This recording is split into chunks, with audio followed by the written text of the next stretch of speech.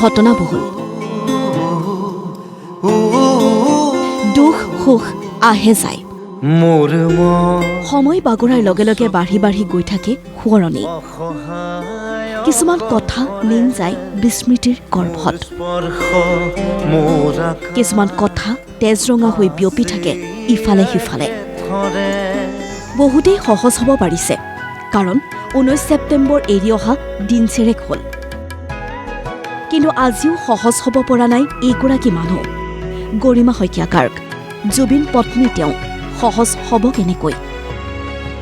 মাজে মাজে আজিকালি মাছ নিখাও মানুহগৰাকী জুবিন ক্ষেত্ৰ পায়গৈ।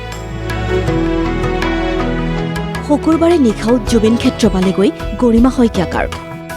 এফালে ন্যায়ৰ যুঁজ, আনফালে প্ৰিয়তম পুৰুষক চিৰদিনৰ বাবে শুৱাই থোৱা ঠাইডোখৰৰ চাফ চিকুণ, দুয়োটা কামেই যে কৰিব লাগে তেওঁ।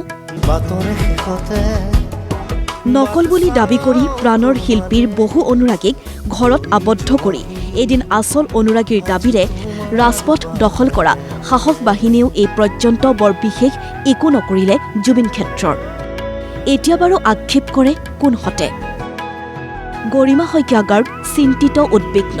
প্ৰাণৰ শিল্পীৰ ফটোবোৰত যাতে ধূলিৰ চামৰি নপৰে, যাতে সোঁৱৰণিৰ তলিলৈ প্ৰিয় শিল্পীৰ অৱস্থিতি গুচি যাব নোৱাৰে, সেয়েহে প্ৰিয় পুৰুষক মাছ নিখাও সূৰ্যৰ দৰে জিলিকাই ৰাখিব খোজে গৰিমা শইকীয়া গাৰ্গে।